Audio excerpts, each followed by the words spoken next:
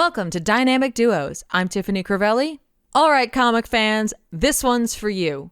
Today, we're joined by Tom Taylor, writer behind the critically acclaimed series Nightwing, and Nicola Scott, artist on Birds of Prey. As the current creative team behind DC's Titans, Tom and Nicola get into why the Titans mean so much to them, and roll back the curtain on their upcoming series. As a bonus, they divulge their own secret origins. It's Titans Together on this heroic episode of Dynamic Duos. Hi, Thomas. You? I'm good, hon. How are you doing? I'm good, thanks. I've been awake for 40 minutes. Oh, so totally, have you? Yeah, 45. Yeah. Oh, yeah. Have you had your coffee this morning? I'm almost finished my coffee. I'm doing well. Oh, sweet. Yeah. I'm about halfway through my workday. Nice. Crazy. Yeah, after this, I'll be having some lunch and getting back to it. Yay. What are you working on? So, wow. Yeah. I'm currently working on pages 6 to 11 of issue 2 of Titans, our series together. Yeah. How super exciting. I know, right? Yeah. Yeah, I'm sort of, how I work sort of process-wise is start a fresh page each day. And then I do like once I've done like a scene or a couple of scenes, you know, sort of a substantial chunk, I'll then go back and then finish off the pages that I've been working on. And that's where I'm at right now. I'm sort of going back, having started pages 6 to 11. I'm now going back and sort of filling in the bits that I haven't done yet. I'm working on currently right now, because I don't quite do it in order. Yeah. I'm currently working on a fabulous reveal moment, which is Awesome. very tender and lovely. Oh, nice. And once I've finished that, I'm moving on to, you didn't write it as a double page spread, but I'm making it a double page spread. So I've got the extra width Sure. for page 10 and 11. I love that people don't know what we're talking about. It's just, I know. I like that we're starting by talking about something we can't talk about. That's Just great. fucking launching into the deep end of specifics. Jesus Christ. Yeah, here's the thing we can't talk about. We'll open with that. That'll be great. Really vague for everybody. I will say, like, issue 2 opens up with a scene.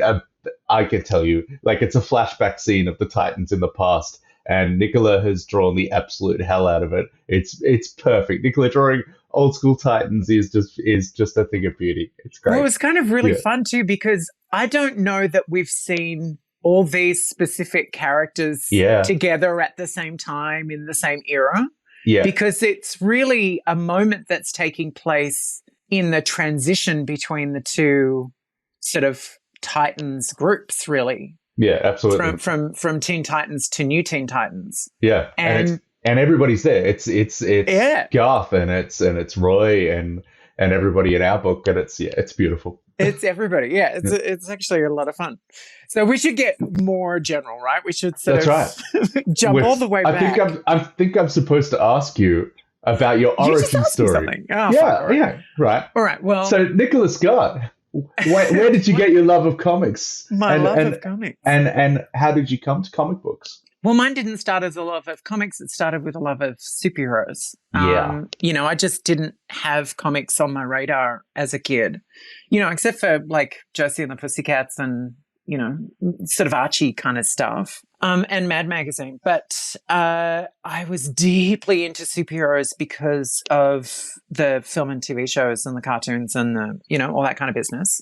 It started with Linda Carter. It sort of ventured into, the Superman movies and the Batman reruns and Super Friends and Electra Woman and Dinah Girl and, all of that stuff that was happening on TV in the 70s was kind of my gateway drug. And because I was already drawing, I would just draw all of those characters. And I sort of didn't really, I think probably my first experience of comics just occurred to me the other day that I hadn't really mentioned this before, was when whoever it was released the Superpowers collection of action figures in the sort of early to mid-ish 80s. And I started buying some of the characters. I didn't buy the whole lot because I didn't know who some of them were because I didn't read comic books, but I bought the Super Friends essentially.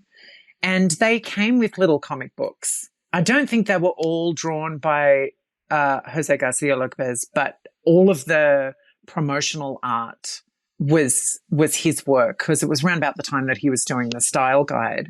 And because of that, I ended up finding at like a used bookstore a sort of like a role-playing game that was DC characters.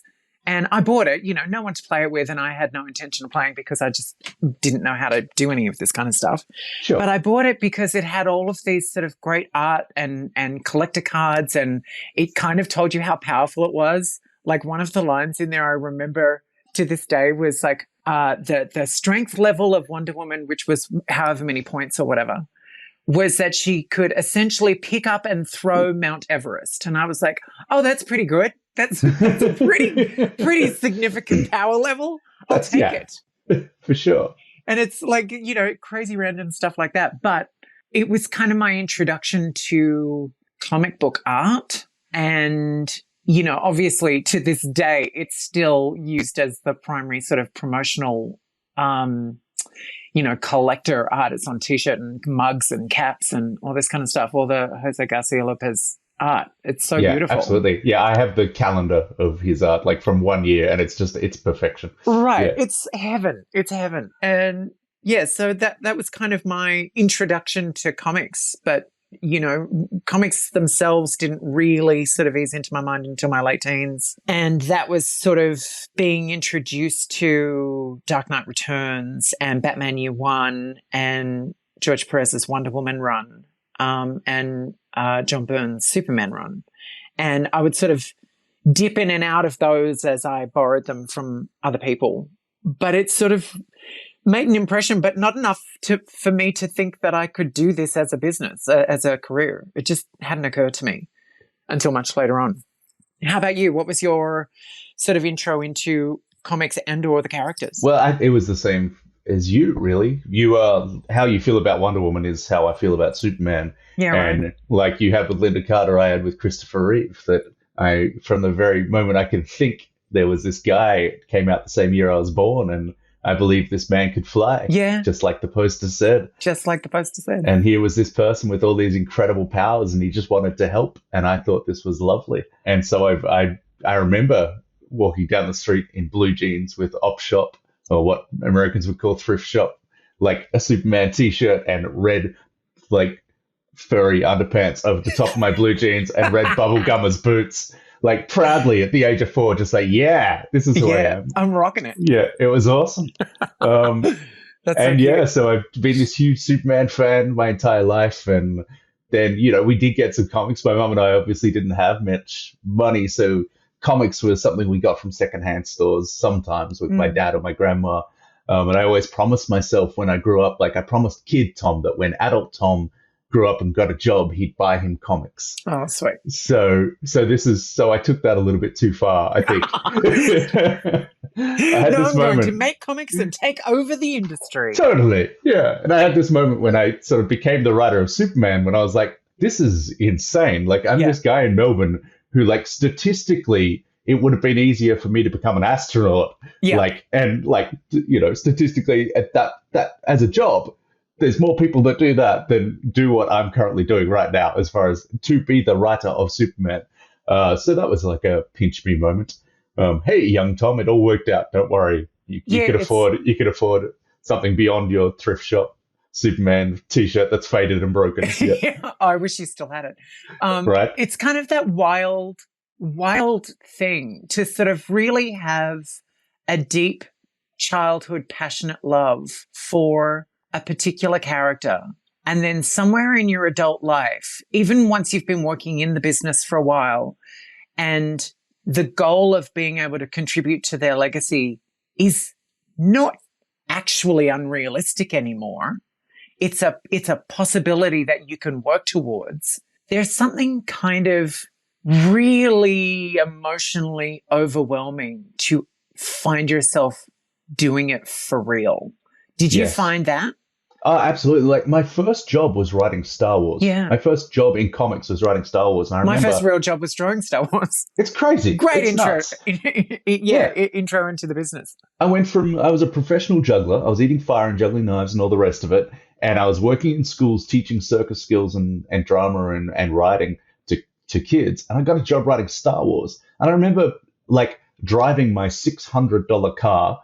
That's how much my car cost. I remember when the front window fell off of it, and I'm driving down the street. It back on?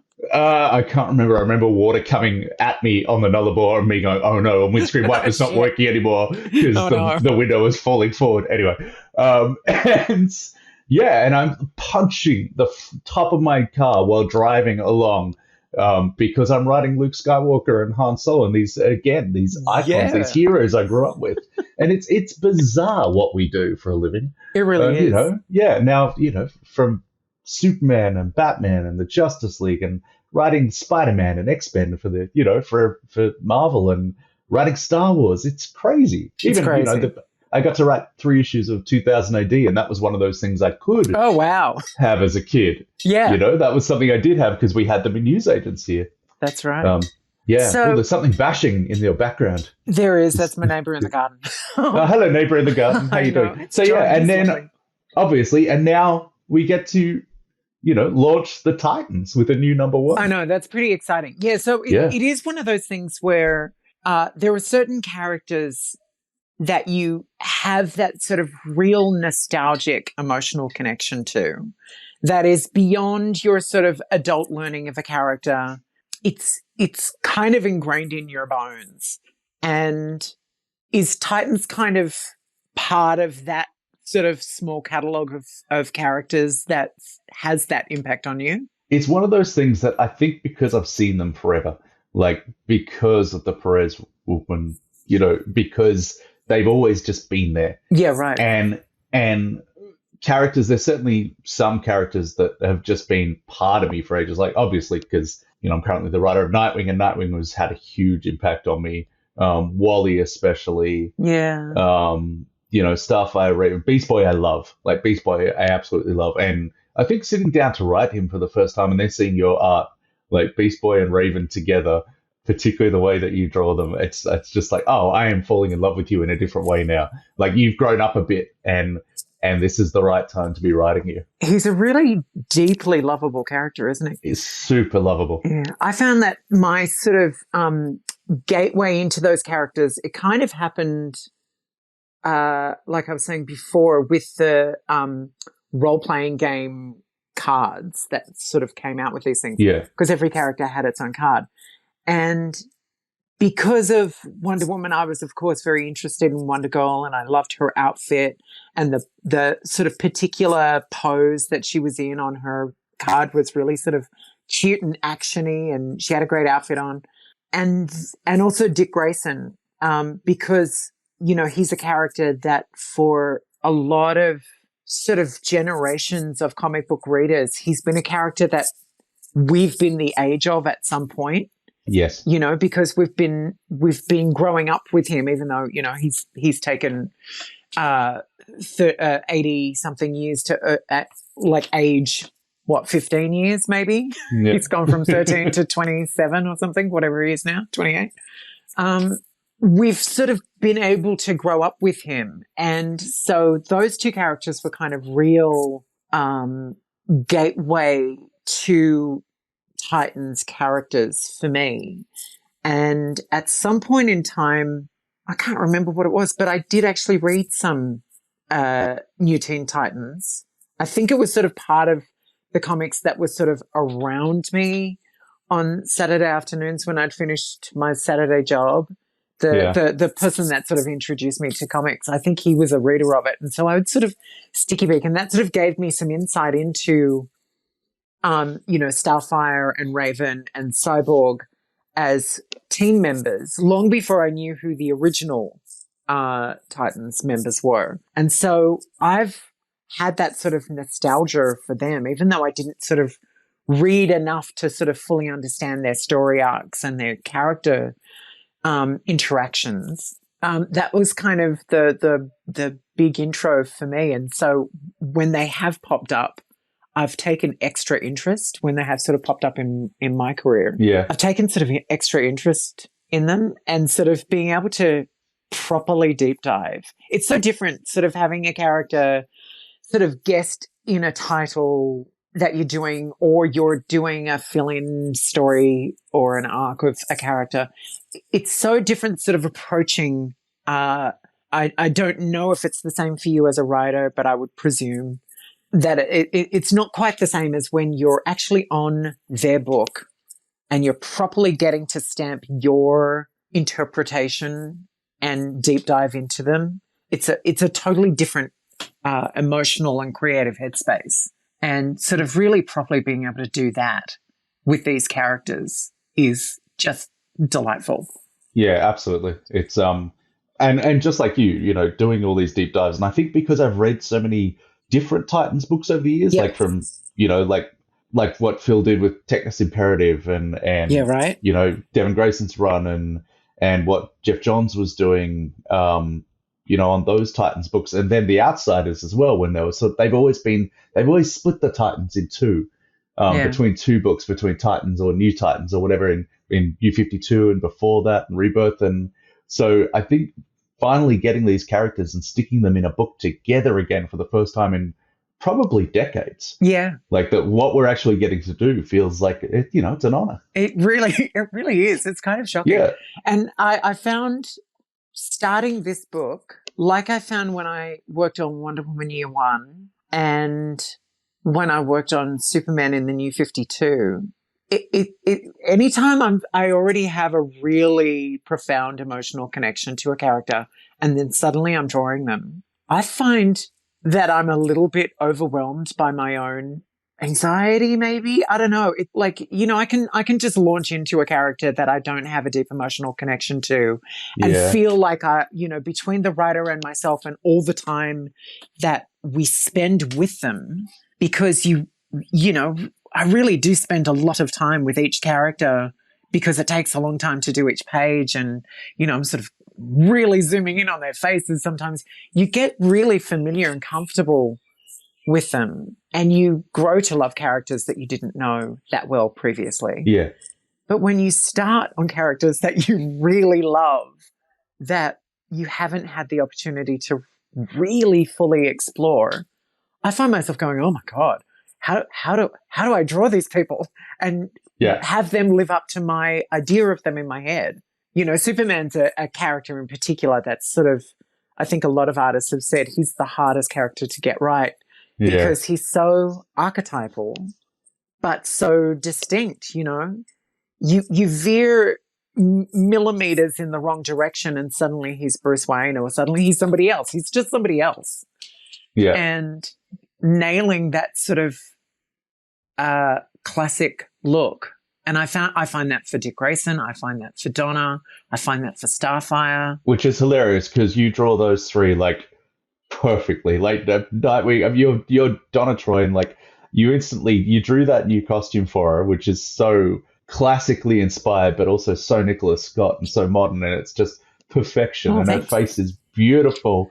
And like you could feel her soul through her face. It's the same with Dick. Thanks. It's beautiful. But there is something intimidating about this book. I find the same thing. I found it every step of the way.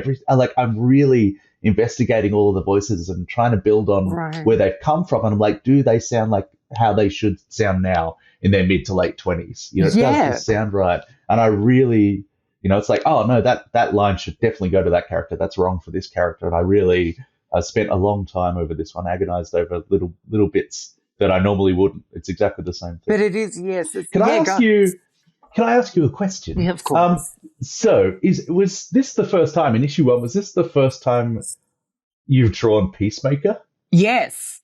Because your Peacemaker is great. Like, is he? It's like the way he doesn't it's such a Nicholas Scott drawing, but the way he almost doesn't fit into his clothes. Like he's this like full beefcake, like here is me bulging out of it. Like it's so great. Well, he's one of those characters that it's like, I have no emotional connection to this character at all, but I get how amusing he is. Like, you know, I think I know more about him from the TV show, that hilarious TV show, than I do from, you know, any appearance that he's had in the comics. Because he's one of those characters that, you know, on first impression, for someone like me that didn't grow up reading the comics, I look at his look and I'm just like, what is going on with that ridiculous helmet? That's so stupid. And then you sort of come to love it because it's so, it is so stupid. It is so crazy, but you sort of legitimize it in a way that is deeply fun. It was like the first time I ever drew Big Barda. She was in my first arc of Birds of Prey, a million years ago. And I remember saying to my editor, because I'd never drawn Big Barda before, I was like, what's going on up there? What is that her helmet or is that hair? Like giant framed hair? Because depending on the artist, that's how they draw hair sometimes. I just couldn't work it out. And he said to me, oh God, do you know I've never thought about it before? I just assumed it was a helmet. I was like, okay, it's a helmet. All right. I don't get it, but sure. And then as I was drawing her, I think probably the first couple of times, I'm just diving down a rabbit hole now. But the first couple of times I drew her, I was like, oh, this doesn't make sense to me. This doesn't make sense to me. And then I think sort of if I've committed to a bit, I will commit to the bit until the end of that arc. And then I will, if there's an opportunity for a costume change, I will then change the costume to sort of make it more what I think it should be, which is almost always closer to the original design, because finally that after having sort of worked on it a few times, I'm finally sort of at a point where it's like, oh, I get it now. I get what this is meant to be. I get how this is meant to feel.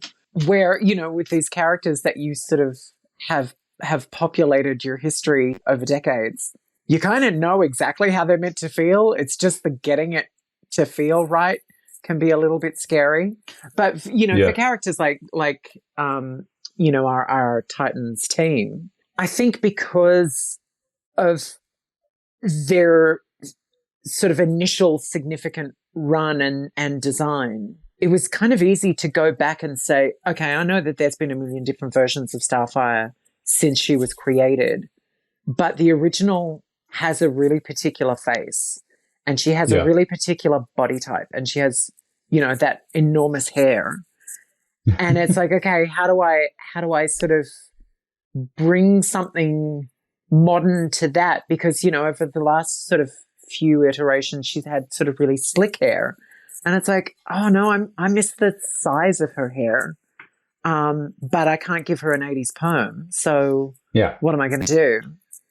But you did try this in the so there's been many iterations that Nicola has done. Yeah, we did a few Starfires. There were quite a few Starfires, and there was some big hair in those. Oh yeah, well, big hair. Like if she doesn't have big hair, I don't know what's happening.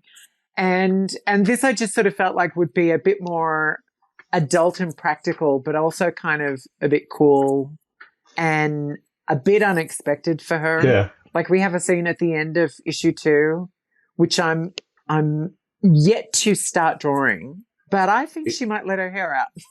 So right. We'll see. Is this the scene with Donna Troy or the scene? No, the sort of scene after that. This is the final scene back at the tower. All right, yeah. So gotcha. I think when they're in their civvies, I haven't quite decided what I'll do with their hair for that one. So we'll see. Right, we'll see. Cool. Good. I like how much time we spent talking about stuff. I know, waffle. That's good. Yep. We're supposed to talk about our actual current work and what we're doing. Well, you're working on other things because I'm only working on this. So you talk about.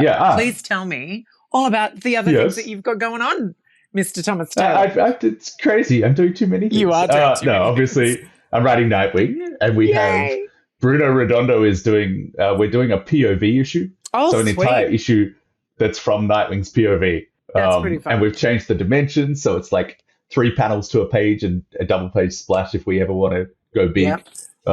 So that's cool. But I am just crazy excited about Titans and the fact that everyone, when this comes out, will have read Titans number 1. I know, right? Enjoy it's kind of terrifying.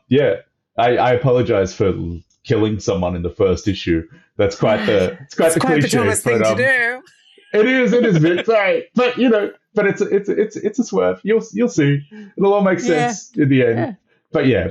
But it's cool bringing in the Titans to be the premier superhero team of the DCU, putting them exactly where I think a lot of us have always thought they should be, and having the Justice League step aside for a while and put them in this massive place with this huge, ever-growing sort of threat that they're going to be dealing with, which we obviously can't talk too much about. Yeah. But it launches something even bigger. So it's really exciting. Well, yeah, there's something that happens in issue 2. It's sort of the crisis of the moment in issue 2, but how I'm pretty sure it's Donna's line of dialogue who sort of connects these moments together. Suddenly the sort of scale of what is a growing, looming threat sort of reveals itself, sort of insinuates itself to be quite significant. Yeah.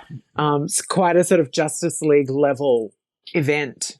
So I'm very excited to sort of see how you continue to unfold it.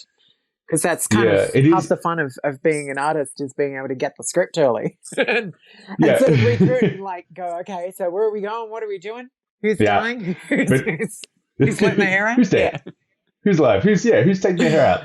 What is their hair going to look like? But yeah, it is. And I think with the Titans, it's trying to find that balance of, we do want them facing Justice League threats, but we also want to see them in civies, as you say. We want to see casual Titans in the tower sitting on a couch, as well as punching out Titano. You know? Like it's... Well, they're the things that make the Titans their team and not the Justice League. That's right. You know, the Justice League don't hang out casually. No, Batman is not going to sit around in his pajamas watching TV. Absolutely not. This is with Wally. But this will definitely be the charm of this series. Seeing these adults kind of flatmate together is kind of really sweet. You know, how they're sort of deciding who's going to live there and who's not and why. You know, it's pretty logical. You know, them sort of coming together again, like, oh God, are we really going to live together again? This is going to be a lot. Yeah. It's great. Well, you know, while there's a dead body in the other room, let's all sit and watch TV. Let's watch TV. Yeah, that's a lot. Yeah. That's a lot. Let's move boxes. I know. I'm writing it going, is this okay? Sure, why not? Well, in the other room on another floor. That's right. Yeah. That's certainly how I'm going to draw it.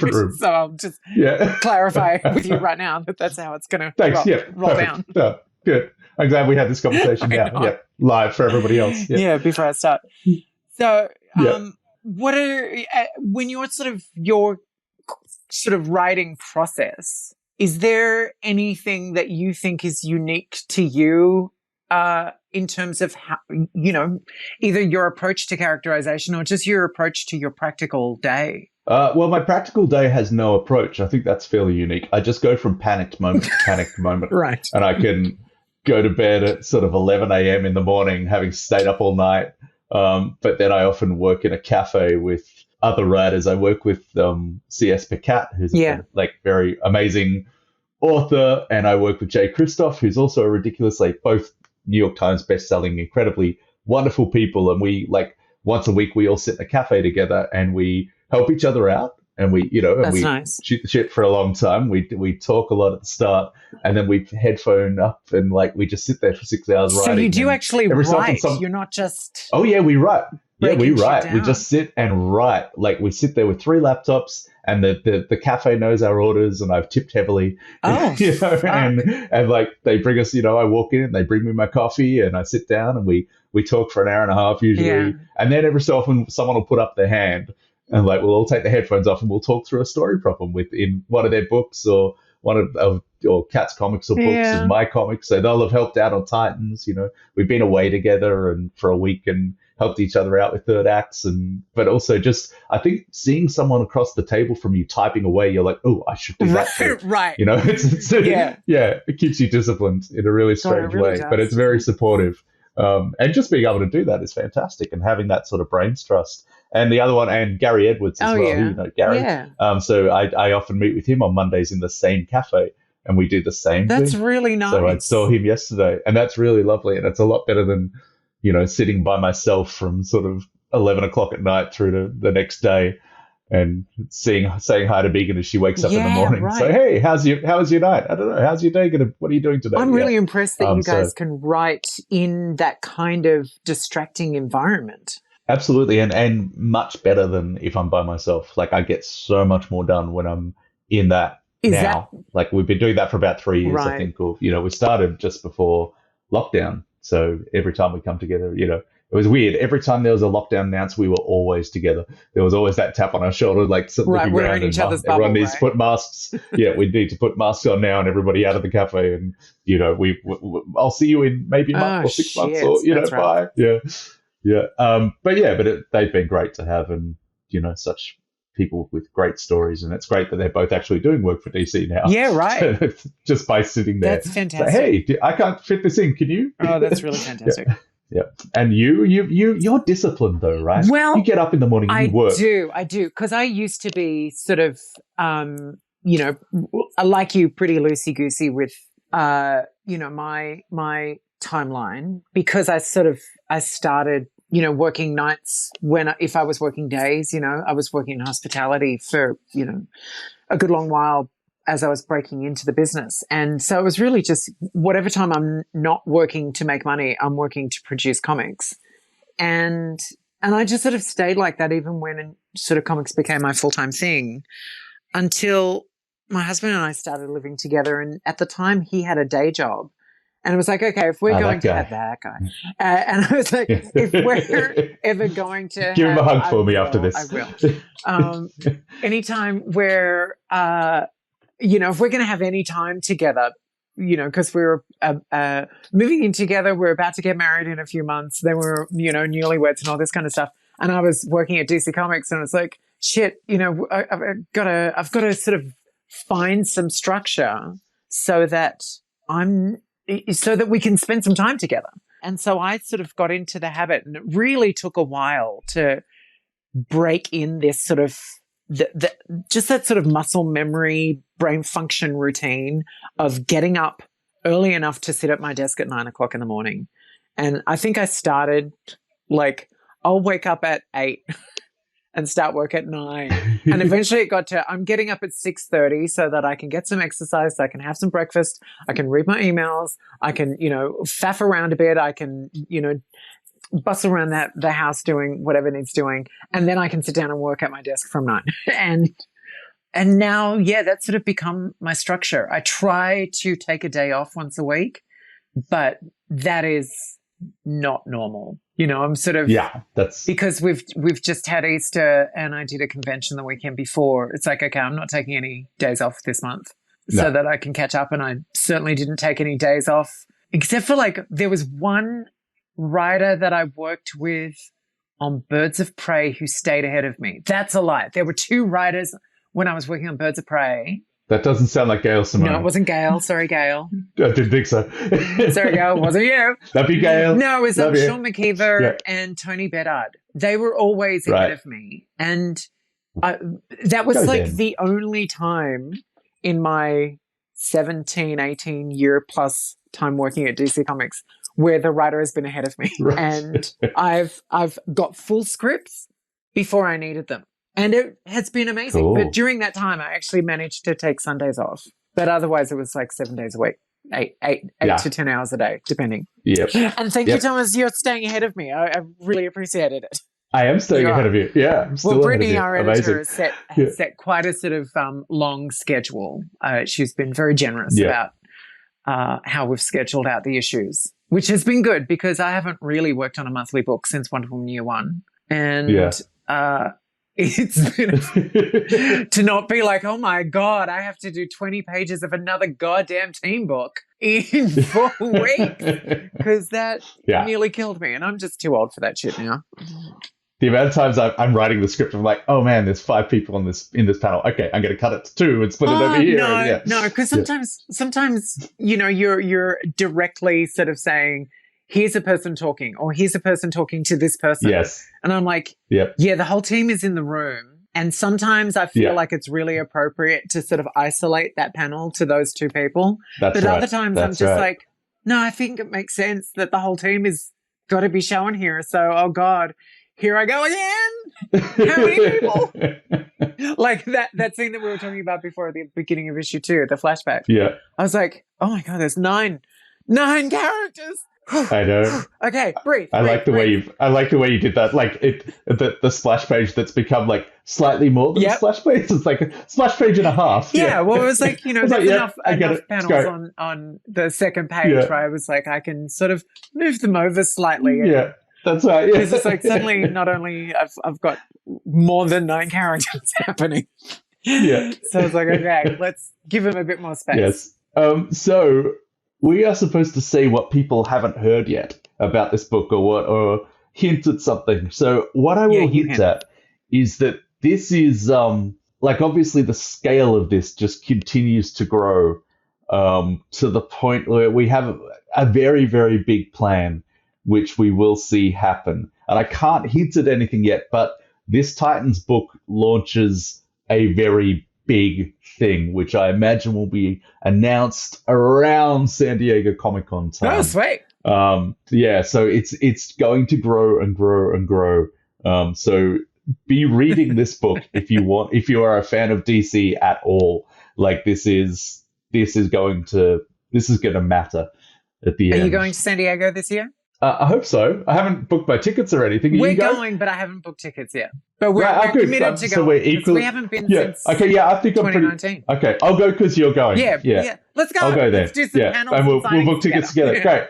I will hug your husband and you, and we will sign together, and we will go out too late and say that we won't. Oh yeah. Oh God, that's the only reason to go. Is signings, panels, and going out. Got to see people. This is our one social opportunity of the year. Yeah, I'm glad that we could just make social engagements together, like on a podcast. That's great. See you all there, everybody. yeah, see you there. If you're there, people. Apparently, Nicola and I are going. Yeah. So, hey, Nicola, I'm going to be really natural here. What are your thoughts on comic book characters taking over pop culture? I don't know that I've got super great thoughts. No, look, it's great.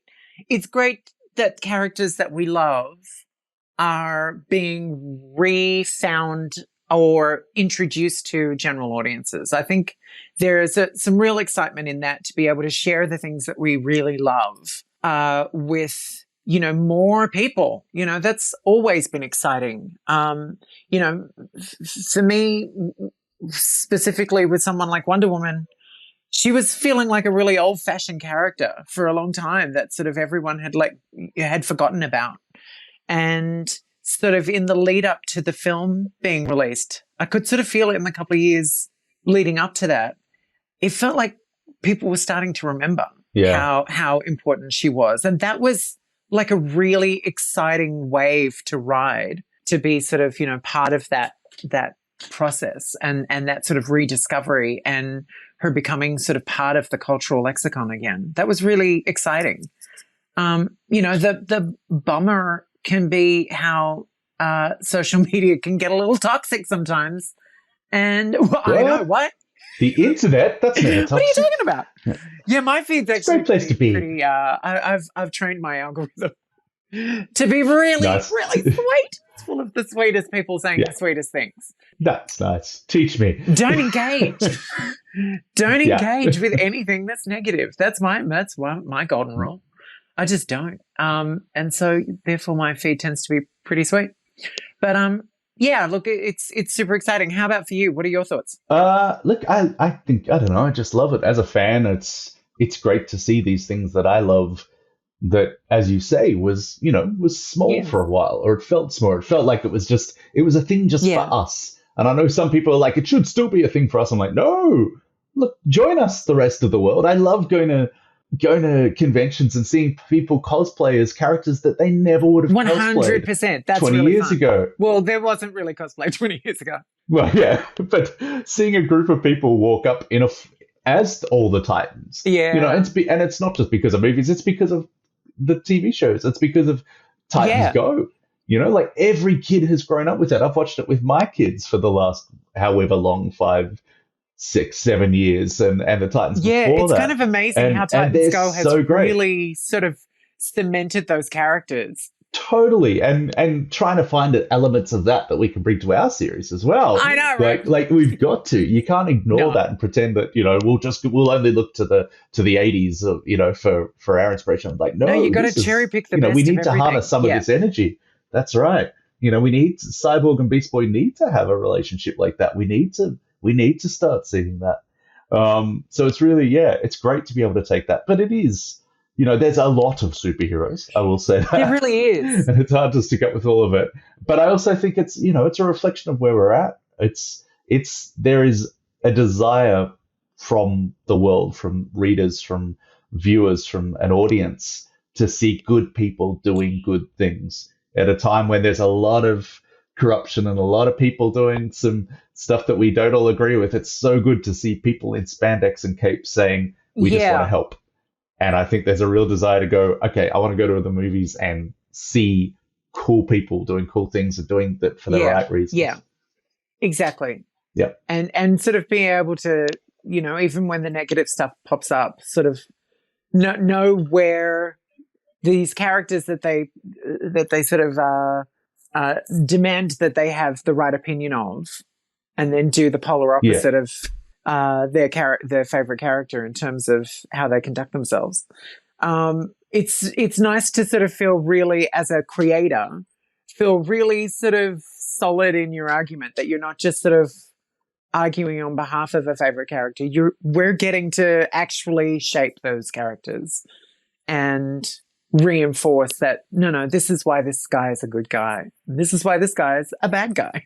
Yeah, absolutely. I always find it really funny when anything online is, you know, saying, oh, this is terrible, this is Tom Taylor putting his whatever. You're like, so no, I'm writing Dick Grayson. I'm writing Dick Grayson. Like, he does that. If I'm writing Harley Quinn, this doesn't happen. If I'm writing the Joker, this doesn't happen. Exactly. I'm writing Dick Grayson. This is how he acts because this is how he would act. Exactly. You know, we've studied the crap out of these characters for a very long time, and it needs to, they're not just my mouthpiece. I have to find exactly how they'd act. It's the same with the Ra's al Ghul book I just did with Ivan Rice. It's you know, it's this full eco-terrorist book, and of course it is, because it's Ra's al Ghul. That makes complete sense to me. It makes total sense. Batman is wrong and Ra's is right in this book, you know, because it's written from his point of view, and it makes perfect sense. Oh, look, it does make perfect sense. I think, yes, there are sort of really interesting takes to be had on sort of, in particular, someone like Batman, who is a really complicated character, even if in his most sort of simplified and heroic manner, there's still something to be questioned about how he goes about being a person in the world, which is part of what makes him infinitely interesting, a character to continue to write stories about. Yeah, I will say, before this is taken out of context, when I say Ra's al Ghul is right and Batman is wrong, I mean in the comic. Yes. Like, Ra's al Ghul believes he is right. I am not condoning the deaths of hundreds / thousands of people like happens in that book. I bet you are. Yeah. That's the thing, and I'll find out on Reddit later on that I am. Yeah, you go into internet jail. Yeah. Thank you so much, Nicola and Tom, for this incredible episode. You can pick up Titans #2 on Tuesday, June 20th at your local comic shop or wherever comics are sold online. And as always, thank you so much for listening. If you have a moment, please rate and review this show, and we'll see you next time on Dynamic Duos.